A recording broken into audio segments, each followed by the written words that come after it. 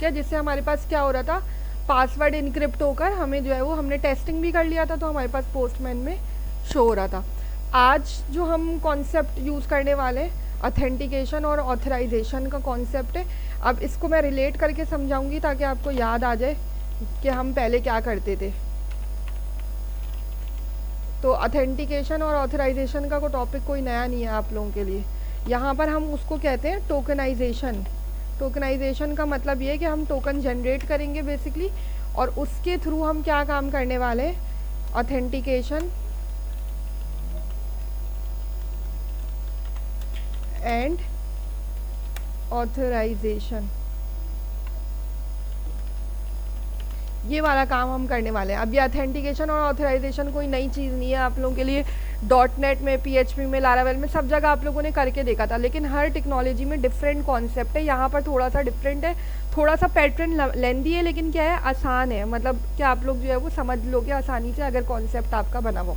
Authenticate करने का क्या मतलब है कि भाई स्पेसिफिक यूज़र ही ऑथेंटिकेट हो उसके ऊपर, और ऑथराइज का मतलब क्या है कि आपके पास वो ऑथेंटिक यूज़र क्या हो सके, किसी स्पेसिफिक पेज पे लॉगिन कर सके या फिर रजिस्टर करवा सके। अभी हमने सिर्फ रजिस्टर की लॉजिक लिखी थी ना, अगर आपको याद आ रहा हो।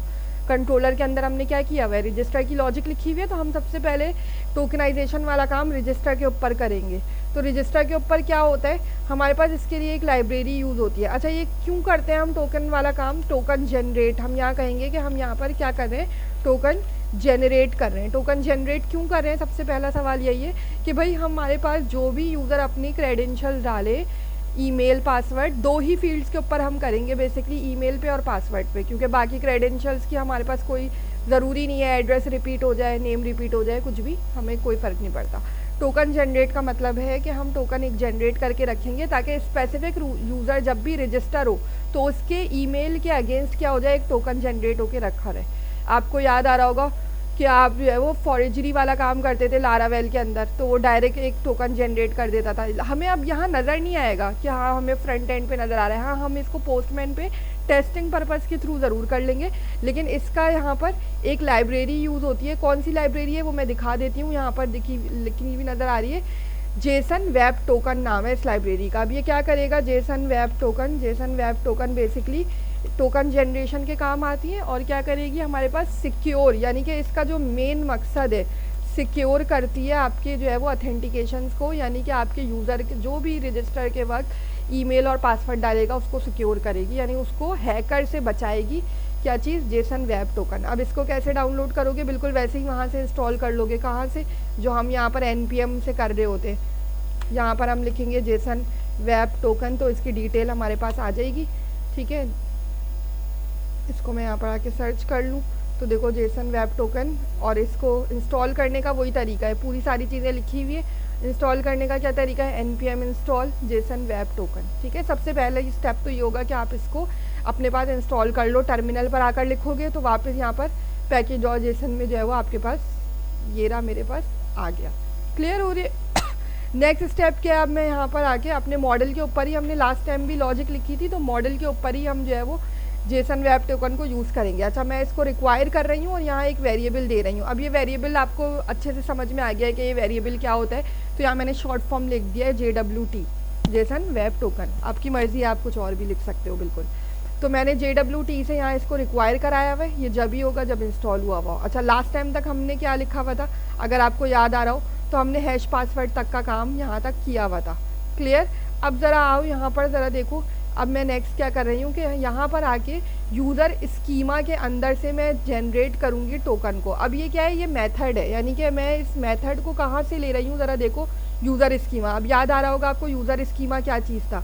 यूज़र स्कीमा के अंदर हमने क्या करवाया हुआ था, सारी चीज़ें जो है वो लिया हुआ था, यानी वो जो हमने प्रॉपर्टीज़ सारी बनाई हुई थी वो किस वेरिएबल के अंदर था, यूज़र स्कीमा के अंदर। तो हम जो भी चीज़ अब काम करेंगे तो हम यूज़र स्कीमा से ही लेंगे। तो मैंने क्या किया, यूज़र स्कीमा डॉट मैथड्स। अब देखो, मैं अगर यूज़र स्कीमा यहाँ पर लिख रही हूँ तो यूज़र स्कीमा के अंदर यहाँ पर मेरे पास आके डॉट मेथड्स हमारे पास है कि कौन सा हम स्पेसिफिक मेथड लेने वाले हैं। हमारे पास एक मेथड आ रहा है और एक मेथड्स है, तो अब देख कर लिखना है इसको, मेथड्स मैं इसको यूज़ करूँगी। और कौन सा मेथड यूज़ कर रही हूँ कि भाई मुझे क्या करना है, एक जनरेट करना है टोकन, यानी कि मैं एक स्पेसिफिक ID के अगेंस्ट या इसको बोल सकते हैं कि स्पेसिफिक यूज़र की ईमेल के अगेंस्ट मैं क्या करने वाली हूँ, जनरेट करवाने वाली हूँ टोकन। तो मैंने यहाँ लिखा जनरेट टोकन, और ये क्या चीज़ है, ये एसिंक्रोनस फंक्शन है। तो इस एसिंक्रोनस फंक्शन के अंदर हम जो है वो काम करवाएंगे। अब ये जो जेसन वेब टोकन है ये सिक्योर तो करेगा, ये कैसे सिक्योर करेगा, ये बेसिकली आपको एक फंक्शन प्रोवाइड करता है। कौन सा फंक्शन प्रोवाइड करता है, इस फंक्शन का नाम है मेरे पास, अगर मैं यहाँ बताऊँ तो इस फंक्शन का नाम है मेरे पास साइन। अब ये साइन फंक्शन का अपना एक सेंटेक्स है कि उस स्पेसिफिक सेंटेक्स से मैं क्या करूँगी, टोकन जनरेट करवाऊँगी। क्लियर हो रही है ये चीज़। ये मेरे पास जो है वो लाइब्रेरी है, इस लाइब्रेरी से मैं एक फ़ंक्शन यूज़ करने वाली हूँ साइन के नाम से, और वो साइन क्या करेगा, मेरे पास एक स्पेसिफिक सेंटेक्स मुझे इसको देना पड़ेगा। वो सेंटेक्स क्या है स्पेसिफिक, वो मैंने यहीं लिखा हुआ है, आपको गेट हो रहा होगा। यानी कि अगर देखो मैंने एक फंक्शन क्रिएट किया और इस फंक्शन के अंदर मैं ट्राई कर रही हूँ, और ट्राई और कैच में आपको पता है वो एरर ही होगा। एरर मैंने अभी कोई भी स्पेसिफाई नहीं किया हुआ, सिंपल एरर मैंने इसको यहाँ रिटर्न करवाया हुआ है। अच्छा, अब इस ट्राई के अंदर देखो मैंने क्या बोला है कि उस लाइब्रेरी से क्या रिटर्न कर दो। मैंने लाइब्रेरी किसके अंदर रिक्वायर करवाई हुई थी, JWT। तो JWT के अंदर से वो जो है वो कौन सा मेथड ले रहा है, साइन, जो अभी मैंने आपको डिफाइन किया है। अब ये देखो ये क्या बोल रहा है, synchronously sign the given payload into a JSON web token string payload, ये सारी चीज़ें कर रहा होता है। फला फला लिखा हुआ है पूरी डेफिनेशन। अब इसको डिटेल में पढ़ने की ज़रूरत नहीं है, इसको मैंने आसान करके यहाँ लिख दिया है। ये यहाँ लिखने का मकसद क्या है कि आपको ये पढ़ते के साथ ही समझ में आ जाएगा कि ये क्या क्या चीज़ें हमें इसके अंदर प्रोवाइड करनी होती है। सबसे पहली चीज़ हम देते हैं पेलोड, दूसरी चीज़ हम सीक्रेट या कोई की प्रोवाइड करते हैं, थर्ड चीज़ हमारे पास ऑप्शनल होती है कि कोई कॉल बैक फंक्शन प्रोवाइड करें। तो हम तीनों ही चीज़ें यहाँ देंगे। सेंटेक्स को याद रखना, इसीलिए मैंने ये समझने के लिए बनाया हुआ है ताकि आपको नीचे की बॉडी समझ में आ जाए। सबसे पहली चीज़ मैं यहाँ पर क्या दे रही हूँ, इसकी पेलोड दे रही हूँ। तो पेलोड किस तरीके से दूंगी, पेलोड क्या होता है अगर अब मैं बताऊँ तो पेलोड के अंदर कुछ भी नहीं है, वो चीज़ है जिस पे आपको क्या करना है, जिसको सिक्योर बनाना है, वो इन्फॉर्मेशन है। तो मुझे क्या सिक्योर बनाना है, सबसे ज़्यादा मेरे पास इंपॉर्टेंट चीज़ है मेरी ईमेल। यानी मैं ये बोलना चाह रही हूँ अगर कोई यूज़र रजिस्टर करवा रहा है अपनी ईमेल से तो वो क्या हो जाए, वो सिक्योर हो जाए और वो दोबारा फिर वो यूज़ भी ना कर सके। उसी के अगेंस्ट टोकन जनरेट करेंगे। मतलब मैं नेम के अगेंस्ट टोकन जनरेट नहीं कर रही हूँ, क्योंकि name should be repeated, name can be repeated, name repeat हो सकता है, लेकिन हमने ईमेल को चूंकि यूनिक रखा हुआ है तो मैं ईमेल को ले रही हूँ अपनी। ठीक है, कैसे लिख रही हूँ, दिस वाली प्रॉपर्टी यूज़ करके कि मैंने क्या लिखा है, अपनी फील्ड का नाम, और फील्ड के नाम के आगे दिस डॉट, मेरे पास जो डेटा कहाँ से मेरी जो है वो कॉलम का नाम दिया था, और मेरी जो फील्ड का नाम जिसमें डेटा जो है वो यूज़र स्टोर करवा रहा था वो ईमेल था। तो मैंने दिस करके इसको लिया हुआ है। सेकंड चीज़ मैं क्या कर रही हूँ, अच्छा ये मर्जी है कि आपको क्या चीज़ देनी है पेलोड में, आप नेम भी दे सकते हो, लेकिन मैंने क्या कहा है, नेम नहीं दे रही मैं। तो मैंने ईमेल दी है, और दूसरी चीज़ क्या दे दी है, मैंने कहा है भाई आईडी भी ले लो इसकी, ताकि आईडी मुझे पता है आईडी यूनिक जनरेट हो रही है, तो मैं जो चीज़ यूनिक है वो पेलोड में रख रही हूँ। तो आईडी किस तरीके से जनरेट करवा रही हूँ मैं, देखो यूज़र आईडी, और इसको मैं क्या कर रही हूँ, अंडरस्कोर आईडी कर रही हूँ। अंडरस्कोर आईडी क्यों कर रही हूँ, क्योंकि मुझे ये चीज़ पता है एटलस मोंगोडीबी एटलस के अंदर जो आईडी जनरेट होती है उसके कॉलम का नाम क्या हो रहा होता है, या उसके एट्रीब्यूट का नाम क्या हो रहा होता है, की वैल्यू पेयर में जो डेटा स्टोर हो रहा होता है तो उसका की क्या होता है, अंडरस्कोर आईडी करके होता है। लेकिन अंडरस्कोर आईडी ऐसे ही नहीं होता, क्या लिखा हुआ होता है, कुछ इस तरीके से लिखा होता है। अगर आपको याद आ रहा हो मोंगोडीबी में जब हमने जितनी इंसर्शन वगैरह की थी क्यूरीज के थ्रू, तो वो क्या करता था, अंडरस्कोर आईडी और इस तरीके से कोई ऑब्जेक्ट दे रहा होता था। याद आ रहा है कुछ बेटा आप लोगों को, जिनको याद नहीं आया तो वो ज़रा देख लेना एक दफ़ा फिर से कलेक्शन के अंदर जाके मोंगोडीबी जो हमने सर्वर पे जो जितनी भी क्यूरीज वगैरह लिखी थी रन किया था, उसके अंदर कुछ इस फॉर्मेट से मेरे पास आईडी आती है। तो मैं इस फॉर्मेट को चेंज करना चाहती हूँ, मतलब मैं चाहती हूँ ऑब्जेक्ट ना आए, सिंपल जो है वो मेरे पास आईडी जो है वो बनी हुई आ जाए। तो मैं सिंपल आईडी को, इस ऑब्जेक्ट को हटाने के लिए मैं यहाँ पर क्या फंक्शन यूज़ कर रही हूँ, टू स्ट्रिंग का। अगर मैंने आपको इससे पहले भी शायद बताया है ये बात कि मैं क्या करूँगी, अंडरस्कोर आईडी, ये मेरे कॉलम का नाम, डॉट टू स्ट्रिंग। तो यानी कि मेरे पास एक स्पेसिफिक आईडी जनरेट हो जाएगी नंबर के फॉर्मेट में, नंबर के सूरत में जो है वो आपके पास जो है एक स्ट्रिंग के फॉर्मेट में बेसिकली हमारे पास एक आईडी आ जाएगी। तो मुझे पेलोड में ये दोनों चीज़ें देनी है। सेकंड चीज़ क्या आ रही है मेरे पास, सीक्रेट की और प्राइवेट की। तो सीक्रेट और प्राइवेट की क्या होती है, बहुत आसान सा कॉन्सेप्ट है इसका कि मैं क्या करूँगी, एक प्रोसेस यूज़ कर रही हूँ, और ये प्रोसेस कहाँ से आ रहा है, ENV। अब देखो ENV क्या चीज़ था, ENV के अंदर मैंने क्या छुपाया हुआ था इससे पहले, इस कनेक्शन स्ट्रिंग लिखी थी। तो इसके बाद अब मैं एक और स्ट्रिंग लिख रही हूँ, वो स्ट्रिंग क्या है, JWT सीक्रेट की। अब ये क्या चीज़ है, ये कुछ अलग से नहीं है, ये मुझे क्या बता रहा है, देखो स्ट्रिंग के सूरत में मैंने यहाँ पर एक वैल्यू दी हुई होगी, किसको, इफ्रा हैदर यहाँ लिखा हुआ आ रहा है। अब ये आप कैसे बनाओगे, ऑब्वियसली आप ENV पर आओगे और यहाँ पर देखो जिस तरह से आपने अपनी कनेक्शन स्ट्रिंग बनाई थी बिल्कुल वैसे ही आपने क्या कर दिया है, एक सीक्रेट की बना दी है। और अगर मैं इसके टॉगल को ऑन करती हूँ तो यहाँ पर ये क्या चीज़ है, अब ये किसी डेटाबेस का नाम नहीं है, कोई कॉलम फील्ड कुछ नहीं है। यहाँ आप अपनी मर्जी से कोई भी नाम दे सकते हो, मतलब आप यहाँ पर एक छुपा के एक की का नाम स्टोर करवा सकते हो। मैंने यहाँ इफ्रा हैदर स्टोर करवा दिया, आप लोग करवाओगे अपना अपना नाम दे देना, या कोई भी आप यूनिक नेम दे सकते हो स्ट्रिंग के फॉर्मेट में, वो आपकी मर्जी है। बस जो यहाँ पर आएगी वही की कहाँ पर स्टोर हुई हुई होगी, या ये वाला कनेक्शन, ये वाला वेरिएबल कहाँ यूज़ हुआ होगा मेरे मॉडल के अंदर, यहाँ पर इस तरीके से। तो ये क्या है, फॉर्मेट है, मुझे इसको क्या करना है, सीक्रेट की देनी है, तो इसलिए मैंने इसको क्या किया हुआ है, इनेबल करवाया हुआ है, गेट हो रही है। अब तीसरी चीज़ देखो मैंने यहाँ लिखा हुआ है कमेंट में, तो तुम्हें ये चीज़ याद हो जाएगी आराम से कि ये हम ये वाली चीज़ को इम्प्लीमेंट करने वाले हैं, ठीक है। तीसरी चीज़ क्या है मेरे पास, तीसरी चीज़ है मेरे पास ऑप्शंस, कि मैं ऑप्शन या कॉल बैक देना चाह रही हूँ। तो वो कॉल बैक क्या है, बेसिकली कॉल बैक है मेरे पास टाइम क्या है, एक्सपायर्स इन, ये प्रॉपर्टी क्या करेगी, एक्सपायर कर मतलब बताएगी कि मेरे पास जो टोकन जनरेट हो रहा है उसकी वैलिडिटी कितनी है। वैलिडिटी कितनी है का क्या मतलब है, देखो अभी एग्जाम्पल लिखा हुआ है कि हम इसको किस किस तरीके किस सेंटेक्स में लिख सकते हैं। डायरेक्ट मैं 60 दे सकती हूँ, 2 डेज, अगर मुझे डेज में देना होगा तो मैं DAYS भी लिख सकती हूँ और इस तरीके से D भी लिख सकती हूँ स्मॉल में। और R में अगर मुझे देना है तो एक एग्जाम्पल दी हुई है 10H लिखने आप, तो मैंने क्या दे दिया है 30 डे। 30 डे का क्या मतलब है, तकरीबन 1 मंथ ये टोकन जो है वो चलेगा मेरा। यानी कि अगर कोई यूज़र रजिस्टर करवाता है अपने आप को तो क्या होगा, एक टोकन जनरेट होगा जो वैलिडेट रहेगा, चलेगा कब तक, 30 डेज तक उसकी वैलिडिटी है, ठीक है। उसके बाद ये एक्सपायर हो जाएगा, मुझे दोबारा से रजिस्टर करवाना पड़ेगा, ये है इसका मतलब। अब ये तुम किसी भी तरीके से लिख सकते हो, आवर्स में देना है आवर्स में दे दो, या फिर आप इसको अगर इस तरीके से लिखना चाहो, अगर 1 डे रखना है मुझे 1 डे रख दो, आपकी मर्ज़ी है बेसिकली। ये आप नॉर्मली मैं इसको ज़्यादा ही बढ़ा के रखती हूँ ताकि कोई एक्सपायरेशन का चक्कर ना हो इतनी जल्दी। उसके बाद क्या किया हुआ है मैंने, कैच में आपको पता है ऊपर ही बता दिया था मैंने कि ट्राई के साथ लाजमी मैं कैच दूंगी, ट्राई जो है वो कैच के बगैर अधूरा है। तो मैंने इसमें सिंपल एरर जो है वो पास करवाया हुआ है, नीचे कोई भी चीज़ न्यू नहीं की हुई, ये आपको मैं पहले बता चुकी हूँ, एक्सपोर्ट किया हुआ है सिंपल। ये यहाँ तक करने के बाद अब उसके बाद क्या होगा मेरे पास प्रोसेस, कि मैं कहाँ इसको चेक करूँगी, मतलब टोकन तो जनरेट हो गया लेकिन मुझे इसको कहीं देखना भी होगा टेस्टिंग के दौरान। तो मैं अपने कंट्रोलर पे जहाँ मैंने लॉजिक लिखी थी, कंट्रोलर पर मैं आ रही हूँ। कंट्रोलर के अंदर जहाँ हमने क्या करवाया हुआ था, अगर आपको याद आ रहा हो कि मैंने यहाँ पर मैसेज प्रिंट करवाया हुआ था, याद आ रहा है कि भाई रजिस्टर हो सकता है, और रजिस्टर के साथ वो सारी जो है वो फील्ड्स के नेम जो आते हैं। तो मैं वहाँ 2 चीज़ें और दे रही हूँ, कौन कौन सी, जनरेट टोकन का फंक्शन भी कॉल कर रही हूँ और ID को भी कॉल कर रही हूँ। ये 2 क्यों कॉल कर रही हूँ, ताकि जो काम मैंने करवाया हुआ है, देखो अगर ये नहीं करवाओगे तो क्या होगा, जनरेट हो जाएगा टोकन लेकिन तुम्हें कुछ नज़र नहीं आएगा। जब आप API टेस्ट कर रहे होगे तो आपको पता भी तो चले कि टोकन क्या जनरेट किया है। तो उसके लिए मैंने क्या किया हुआ है, ज़रा देखो यहाँ पर मैंने जिस तरीके से मैसेज प्रिंट कर रही थी क्रिएट यूज़र में, अब क्रिएट यूज़र के अंदर क्या करूँगी मैं, अच्छा आप लोगों ने रजिस्टर वाला काम किया हुआ होगा, शायद ये काम करवाया हुआ है मैंने क्रिएट यूज़र का।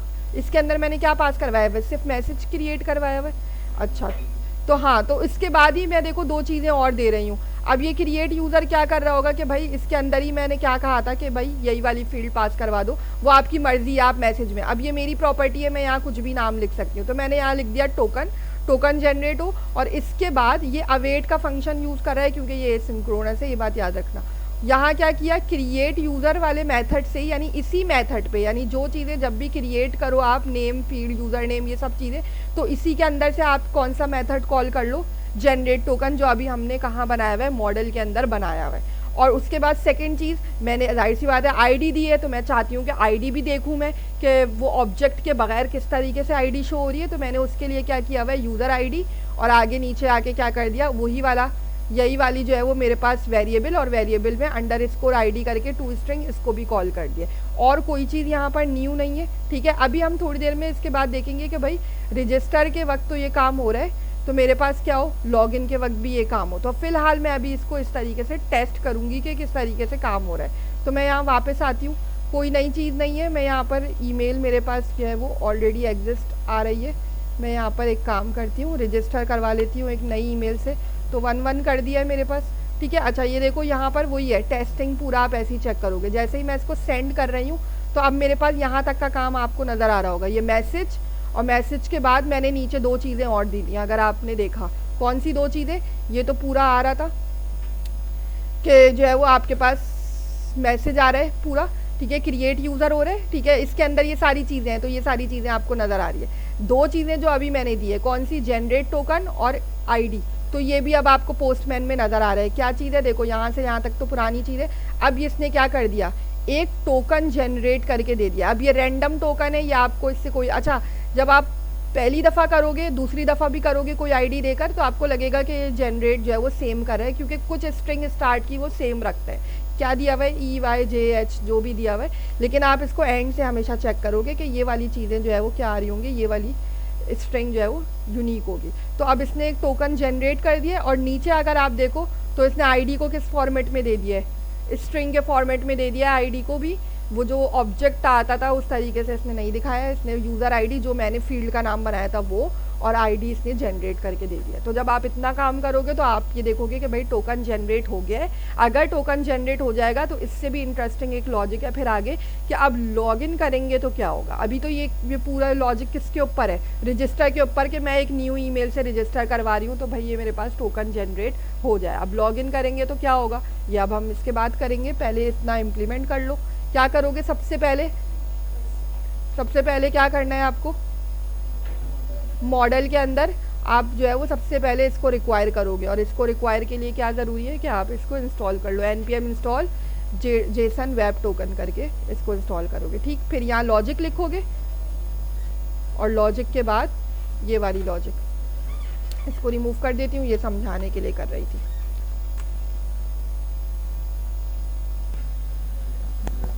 अब देखो मैं क्या कर रही हूँ, यहाँ पर रजिस्टर की लॉजिक आपको समझ में आ रही है कि कोई भी न्यू ईमेल से हम रजिस्टर कर रहे हैं, एक टोकन जनरेट हो रहा है, पासवर्ड भी उसका क्या हो रहा है, इनक्रिप्टेड जा रहा है। अब हम क्या कर रहे हैं, आगे काम लॉगिन वाला काम कर रहे हैं। तो मैंने यहाँ सबसे पहले राउट बना के रख लिया है, और राउट में क्या बोल दिया है, जो हम टेस्ट पोस्टमैन API को अब जब चेक कर रहे थे तो क्या लिख रहे थे, रजिस्टर। अब हम क्या करेंगे, लॉगिन की लॉजिक लिखेंगे, तो यहाँ मैं चेंज कर दूंगी अपना राउट, लॉगिन लिख दूंगी, ठीक है। मैंने यही चीज़ यहाँ लिखी। नेक्स्ट क्या किया है, यहाँ पर ऑथ कंट्रोलर डॉट मेथड का नाम मैंने क्या बना दिया, लॉगिन। इससे पहले मैं क्या बना रही थी, यूज़र रजिस्टर, तो मैंने गेट और पोस्ट दोनों एक साथ लिख लिया, क्योंकि आपको पता है लाजमी सी बात है कि मैं गेट भी करवाऊंगी और पोस्ट भी करवाऊंगी। अब मैं आती हूँ कंट्रोलर के ऊपर।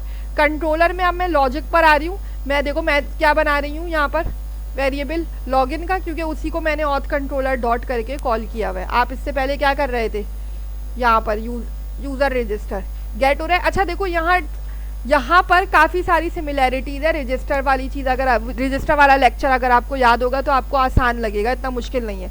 सबसे पहले मैंने क्या किया, देखो लॉगिन के लिए क्या चाहिए मुझे, ईमेल और पासवर्ड। तो मैं यहाँ सारे क्रेडेंशियल नहीं डालूंगी, नेम, ईमेल, फ़ोन, पासवर्ड, ये एक दफ़ा रजिस्टर हो चुका है तो डेटाबेस में सेव हो गया। मुझे यहाँ ज़रूरत ही नहीं है। मुझे यहाँ किस चीज़ की ज़रूरत है, सिर्फ 2 पैरामीटर्स की, मेल एंड पास। तो मैंने जो ऊपर यहाँ रखा था मेल और पास, तो मैं इन सबको सिर्फ 2 को दूंगी, और रिक्वायर्ड करवा दिया बॉडी। अब मैंने क्या किया है, वही सेम काम किया हुआ है। देखो यहाँ फाइंड वन करा था मैंने, ताकि मैं क्या कर सकूँ, रजिस्टर के वक्त क्यों किया था हमने, कि मैं चेक कर सकूँ कि वो वाली ईमेल मौजूद तो नहीं है। लेकिन यहाँ क्या करेंगे, यहाँ उल्टी कंडीशन चलेगी। क्यों? क्योंकि मुझे यहाँ पर चाहिए ही चाहिए, ये वाली ईमेल पहले से रजिस्टर हुई भी होनी चाहिए। समझ में आ रही है? तो यहाँ ये वाला काम तो सेम है कि मैं सबसे पहले क्या करूँ, फाइंड वन करके स्पेसिफिक यूज़र की ईमेल को चेक कर लूँ। लेकिन अब चूंकि मैं लॉगिन कर रही हूँ तो अब मैं यहाँ पर लॉजिक क्या लिखूँगी कि अगर मेरे पास ऑलरेडी एग्जिस्ट क्या है, नहीं है, क्योंकि नॉट का मैंने लगा हुआ है, तो क्या होना चाहिए, एरर होना चाहिए। क्यों? क्योंकि जाहिर सी बात है लाजमी वो जो ईमेल को चेक कर रहा है फाइंड वन की, वो होना चाहिए पहले से मौजूद। यहाँ उल्टा था, यहाँ अगर होता था तो मैं ऑलरेडी एग्जिस्ट बोल देती थी, और यहाँ पर क्या है, अगर यहाँ पर नहीं है तो फिर क्या करो, इनवैलिड क्रेडेंशियल बोल दो लॉगिन के अंदर, क्योंकि मुझे चाहिए ये वाली ईमेल, जो ईमेल चेक कर रहा है वो ईमेल चाहिए। तो मैं बोल रही हूँ अगर वो ईमेल ऑलरेडी एग्जिस्ट नहीं है मेरे पास डेटाबेस में तो इनवैलिड बोल दो, और अदरवाइज क्या करो, अदरवाइज ज़रा देखो मैं क्या कर रही हूँ, यहाँ आप फिर एक वेरिएबल बना रही हूँ नया, यूज़र के नाम से बना दिया है मैंने, ठीक है, आप यू बना लो, कुछ नया बना लेना। और उसके बाद मैं क्या कर रही हूँ, अब ज़रा देखो यहाँ पर मैंने एक नया मेथड यूज़ किया है कंपेयर का। ये कंपेयर मेथड क्या करेगा, asynchronously compare the given data against the given hash. अगर तो आपने हैश वाला काम किया हुआ है, हैश वाले काम का क्या मतलब है, इनक्रिप्शन अगर आपने पासवर्ड में की हुई है तभी ये सिर्फ और सिर्फ अलाउ करेगा कंपेयर का मेथड। यानी कंपेयर का मेथड क्या करता है, या देखो ये आ कहाँ से रहा है, बीक्रिप्ट की लाइब्रेरी से आ रहा है, और बीक्रिप्ट क्या कर रहा था, पासवर्ड को इनक्रिप्ट कर रहा था। तो अगर तो आपने पासवर्ड को इनक्रिप्ट किया हुआ है तो आप इस वाली लाइब्रेरी से कंपेयर का मेथड यूज़ करो, और वो क्या करेगा, वो यहाँ पर आके देखो दो चीज़ें ले रहा है। क्या ले रहा है, पहले तो वो वाला पैरामीटर जिसके अंदर पासवर्ड सेव है, दूसरा क्या पैरामीटर ले रहा है, user exist dot user password, यानी जो एग्जिस्ट के वेरिएबल में क्या लेकर आया था, ये वाली ईमेल को गेट किया था, तो वैसे ही इसने क्या किया है यहाँ से यूज़र पासवर्ड को, यानी इन दोनों को कंपेयर कर रहा है बेसिकली। क्या वो पासवर्ड जो टाइपिंग कर रहा है यूज़र कब, लॉगिन के टाइम, क्या वो सेम है जो पहले से स्टोर हुआ है। अगर तो वो सेम है तो क्या कर जाओ, लॉगिन सक्सेसफुली गेट हो रहा है। अगर देखो पासवर्ड चेक करे, ईमेल तो चेक कर ली यहाँ पर, क्या अगर ईमेल चेक कर रहा है और अगर वो नहीं है तो इनवैलिड बोल रहा है, तो इसका मतलब है इसका ऑपोजिट क्या होगा, लाजमी सी बात है इसका ऑपोजिट है कि अब जो है वैलिड ही कंडीशन चलेगी। तो अब सिर्फ मुझे एक कंडीशन चेक करनी थी, कौन सी, पासवर्ड वाली। अगर पासवर्ड दोनों मैच हो जाता है तो फिर यहाँ पर क्या कर दो, स्टेटस 200, ये वही है लॉजिक, कोई इसमें नई चीज़ नहीं है इस लॉजिक में कि वो रिटर्न कर दे, जेसन के फॉर्मेट से हम लिख रहे थे लॉगिन सक्सेसफुली। अच्छा यहाँ एक और काम भी कर सकते थे, क्या, ये वाली डिटेल्स भी डाल सकते थे, कौन सी, वो जो हम इससे पहले कर रहे थे ये वाली, यानी कि यूज़र नेम ये वाला जो हम कर रहे थे। तो यहाँ पर मैं क्या कर रही हूँ, कुछ भी नहीं कर रही, सिर्फ यहाँ मैसेज क्या पास करवा दिया मैंने, क्योंकि अब मुझे यहाँ डिटेल बताने की ज़रूरत नहीं है। लॉगिन जब करता है मेरा यूज़र तो क्या डिटेल बताने की ज़रूरत है, नेम ये है, पासवर्ड ये है, फ़ोन ये है, कुछ भी नहीं बताने की ज़रूरत, क्योंकि वो ऑलरेडी मैच कर चुका है। तो वो क्या कर दे, सिर्फ एक मैसेज पास कर दे लॉगिन सक्सेसफुली, और नीचे क्या कर दे, वो दोनों काम क्या है जो अभी हमने इससे पहले किया था कि टोकन जनरेट करके सिर्फ टोकन बता दे, और आईडी ये भी ऑप्शनल है, अगर नहीं चाह रहे हो दिखाना तो मत दिखाओ, कोई मसला नहीं है। लेकिन ये हमें पता है ये जनरेट हो चुका है, कब जनरेट हो चुका है, यहाँ पर हमने जनरेट करवा दिया था, तो ये वाला टोकन और ये वाला टोकन सेम ही होगा, जाहिर सी बात है, क्योंकि स्पेसिफिक यूज़र वही आईडी से क्या हो रहा है, लॉगिन कर रहा है। अब उसके बाद क्या है लास्ट में कि मेरे पास स्टेटस क्या हो जाए भाई, 401 का एरर आ जाए, यहाँ पर स्टेटस आएगा, एस रिमूव हो गया है शायद, तो स्टेटस क्या हो जाए, इनवैलिड ईमेल और पासवर्ड, कब, जब मेरे पास ये वाली इफ़ की कंडीशन ना चले तो एल्स चले, और कैच में ये वाला क्या हो जाए, अगर कोई इंटरनल सर्वर एरर है, यानी कि अगर इनवैलिड क्रेडेंशियल्स नहीं दे रहे हैं तो फिर आप क्या चला दो, ये वाले ट्राई का कैच क्या है कि भाई आपके पास कोई इंटरनल सर्वर एरर आ रहा है। यहाँ तक गेट हुआ। इसको चलाने के लिए मैं क्या करूँगी, मैं लाजमी सी बात है यहाँ पर राउटिंग में आकर अपना राउट ज़रूर बनाऊँगी, ये वाली चीज़ समझ आ रही है। अच्छा ये चीज़ मत लिखना, ये अभी नेक्स्ट यूज़र के लिए। अच्छा ये काम हो कैसे रहे, देखो आपको याद होगा टोकनाइजेशन के अंदर, अगर जैसे मैंने वो करवाया था .NET को, अगर मैं रेफरेंस दूं, यानी .NET में हमने क्या यूज़ किया था, आइडेंटिटी फ्रेमवर्क। आइडेंटिटी फ्रेमवर्क के अंदर आप याद करो जब आप रजिस्टर करते थे तो क्या होता था, जैसे ही रजिस्टर करती थी वो लॉगिन पे आता था, नहीं आता था, वो डायरेक्ट क्या हो जाता था, मतलब फर्स्ट टाइम जब यूज़र रजिस्टर करता था तो क्या होता था, डायरेक्ट किस में चला जाता था, डायरेक्ट लॉगिन हो जाता था जब फर्स्ट टाइम। यानी कि मैं ये बता रही हूँ कि भाई अगर मेरा यूज़र फर्स्ट टाइम क्या करे, रजिस्टर करे, तो वो रजिस्टर के साथ ही उसको क्या हो, टोकन की ज़रूरत हो, क्योंकि आपके दिमाग में ये आ सकता है कि रजिस्टर के वक्त टोकन का क्या काम है, टोकन एक दफ़ा सेव हो गया ना आपके पास रजिस्टर के वक्त, तो उसका काम ये है कि जब मैं एक दफ़ा रजिस्टर करूँ तो मेरे पास लॉगिन के पेज पे ना जाए, बल्कि क्या करे, वो लॉगिन सक्सेसफुली करके डायरेक्ट लॉगिन होकर आपको दिखा दे। लेकिन अगर लॉगिन करना है तो लॉगिन के लिए फिर वो सेकंड टाइम जब करे तो लॉगिन के पेज पे जाए, या फिर आप डायरेक्ट खुद से जब लॉगिन कर रहे हो यानी कि उसी यूज़र के अगेंस्ट, तो फिर लॉगिन के पेज पे जाए। अदरवाइज वो फर्स्ट टाइम रजिस्टर कर रहा है, टोकन जनरेट करे और लॉगिन होने के बाद डायरेक्ट जो है वो लॉगिन के पेज पे चला जाए। तो ये वाला कॉन्सेप्ट है टोकनाइजेशन का। तो इसको पहले करो ज़रा। अब मैं क्या करूँगी, इसको रन करने के लिए क्या करूँगी, मैं यहाँ कुछ भी नहीं करूँगी, जो मैंने रजिस्टर किया हुआ है मैं उसी को क्या कर लूँगी, चेक कर लूँगी, किससे, लॉगिन से, कि मेरे पास भाई ये वाला काम यानी जो SN114 ये मैं कर रही थी। अब अगर मैं सेंड करूँगी तो क्या आएगा, देखो अब मेरे पास वही आ रहा है, क्या आया, मैसेज आया, टोकन आया, यूज़र आईडी आई। यानी कि अब मैं वो पूरा नहीं बता रही, नेम ये है, पासवर्ड ये है, फला ये है, क्योंकि वो इस आईडी से क्या हो चुका है, पहले से रजिस्टर्ड हो चुका है। तो लॉगिन के वक्त क्या आएगा, सिर्फ और सिर्फ लॉगिन के वक्त आएगा लॉगिन सक्सेसफुली, जो मैंने मैसेज यहाँ दिया था, अगर ये दिखाऊं मैं, और ये क्या किया है मैंने, सिर्फ टोकन जनरेट, और ये टोकन बिल्कुल सेम वही टोकन होगा जो जनरेट हुआ था।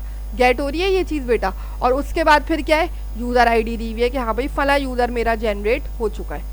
तो उसी ईमेल से, जिस ईमेल से आपने पहले रजिस्टर किया होगा, सिर्फ आप यहाँ आकर क्या कर दोगे, लॉगिन की लॉजिक को चेक करोगे, गेट हुआ यहाँ तक, क्या आउटपुट किस तरीके से आ रहा है। और इनवैलिड करना है तो आप इनवैलिड करके देख लो, जो पहले से नहीं है मौजूद। अगर मैं यहाँ पर कोई यूनिक दे दूँ तो फिर ये क्या होगा, लॉगिन कर रही हूँ तो क्या आना चाहिए, जाहिर सी बात है लॉगिन तो नहीं करेगा, क्योंकि ये क्या है, ये वाली आईडी पहले से रजिस्टर्ड नहीं है, तो वो क्या बोल रहा है, इनवैलिड क्रेडेंशियल्स है। गेट हो रही है बेटा ये चीज़। लॉगिन और की लॉजिक वही है नॉर्मली जो आप करते आए हो, बस थोड़ा सा यहाँ सेंटेक्स नया है, तो सेंटेक्स समझा रही हूँ कि सेंटेक्स में क्या लिखोगे। तो आप क्या करो, सबसे पहले राउट बनाओगे, यहाँ पर आके इन दोनों का राउट बनाओ, राउट में आने के बाद फिर कंट्रोलर में लॉजिक लिख लो, मॉडल में कोई चेंजेस नहीं है।